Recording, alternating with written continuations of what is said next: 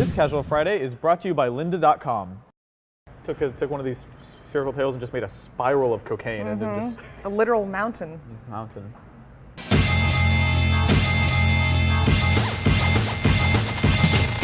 we're going to E3 next week. What are you talking about?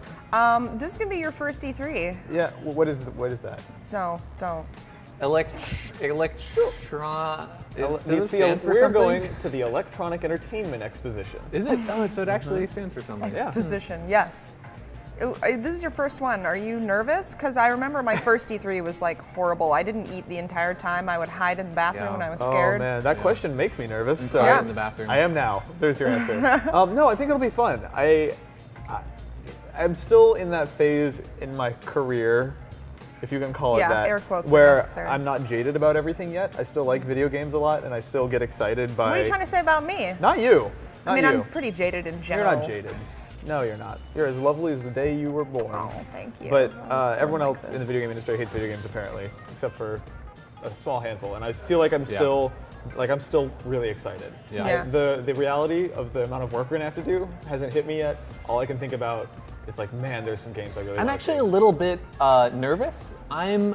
Because of what's going to be announced. Like I'm nervous that I'm going to be disappointed. Interesting. Really? I'm excited, but I'm almost more. I guess I'm afraid to get excited because I don't want to be disappointed. That's a terrible attitude to have. I know it is. I mean, they always make some crazy announcement at E3. Like, there's something to be excited about for everyone. I guess I'm just like I'm just so excited to finally see them like games announced that are like really truly pushing like the gaming industry like forward in a way like that we haven't like thought about games or seen games Something before. built for this generation. Something built for this like next gen like system. I mean, and if I don't see that, I don't know. Might be a little sad. I am of two minds about that, because on the one hand, there is, you're right, always one thing where you're like, that was so cool and blew me away and I wasn't expecting it. But then I remember the door closed in The Division. The door closed in The Division being the biggest moment in video game history. Yep. That could be. I hope that's the whole game. Door closed simulator 2015. Yeah. But then I remember that like 2 years ago, the game that blew us all away that we weren't expecting was Watch Dogs, and then I played Watch Dogs and I realized that but think of all the excitement you got out of it for did. that first 2 years. I know, and I'm wondering if I'm able to do that as heavily right now, just because I have such a recent reminder of that games don't always live up to what you would want them to be. Well, what do you want to see there?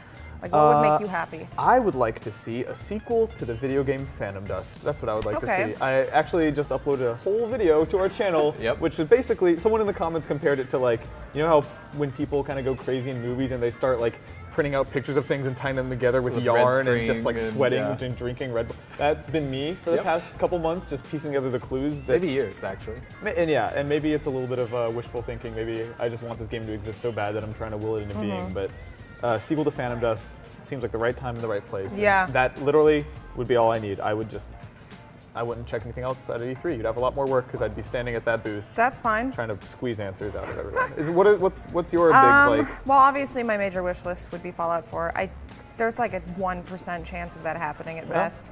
I'm really excited to see Mirror's Edge 2, actually. Yeah, me too. We heard about that a while ago, and there was like that small chance that it would be at last E3, but they just showed a trailer for it. Yeah. Now I'm really hoping that they're going to let people at least go hands-on. I would love This is a good example of where my anxiety kicks in, though, because I'm so excited for, like, I love Mirror's Edge so much. It was so cool.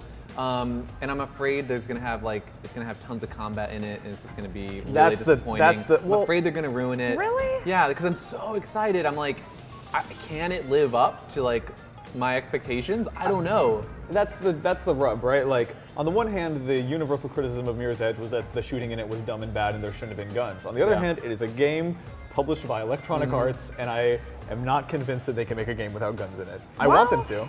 I mean, as long as there's not more than there was in the first one, I'll be happy. They can have guns, because like that's not the problem, right? But it's like if they lose the essence of what made it so incredibly special, like that world and just running through the environment, and the fact that you couldn't just like, oh, I'm gonna spray people with bullets and then solve this problem I have. Yeah. It's DICE again, so I trust that they're gonna nail the tone, even if I think the director's not around or the writer changed or something. But the aesthetic is still there.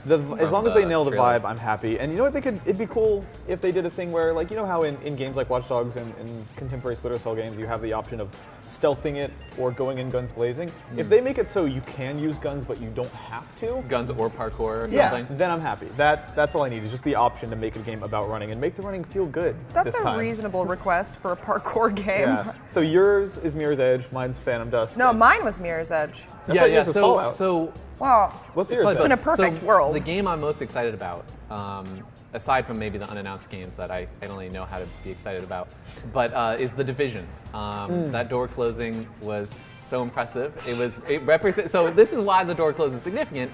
It's supposed to be like almost like, I guess, an open world like MMO like experience. Maybe it's kind of like people invade your world, maybe a little bit like Dark Souls or something. I'm not really sure how that works, but that door closing was such a detail, like, and if they're paying attention to the closing of a door, like on a car, instead of my character just moving around the door, that's like represents like the details that they may be paying attention to throughout the entire game. Yeah. And people talk about the door thing. Incredible. There was also a moment where like bullets are spraying through a windshield, and it's like fracturing in a realistic way. Instead of just like pasting over and over the same like artwork of like a bullet hole in a window or whatever. Right. But at the same time, there were things in that Watch Dogs 2012 demo that did not come to fruition. When you go back and watch it now, he hits the slow motion, and you can see individual raindrops falling and everything. Yeah. And he's like yanking people out of cars. It's like, nah, none of that is in the game. No.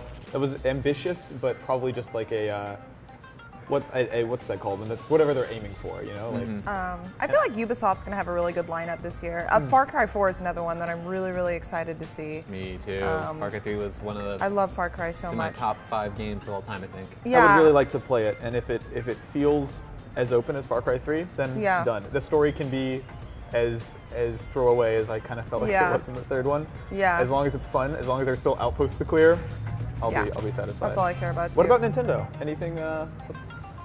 I mean, are we really relying on Nintendo to, like, I don't know, announce maybe not to surprise you? Well, let's see.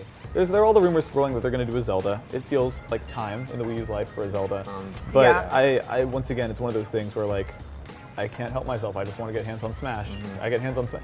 See, that's the one game I don't care about at all.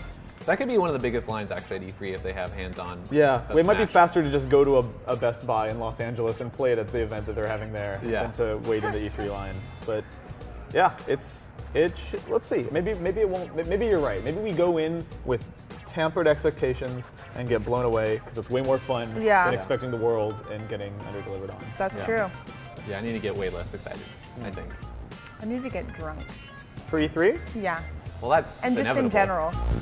So E3 isn't just a space for big developers, it's also a place for small indie devs, many of whom are self-taught. And if you'd love to teach yourself some skills, check out lynda.com. Lynda is an online learning company with more than 77,000 video tutorials that teach software, creative, and business skills. You can learn anytime, anywhere, and at your own pace with courses in web design, 3D animation, programming, and many more, with new courses being added every single week. Membership starts at just $25 a month, but you can try Lynda for free for 7 days and support Rev3 Games by signing up at lynda.com/casual.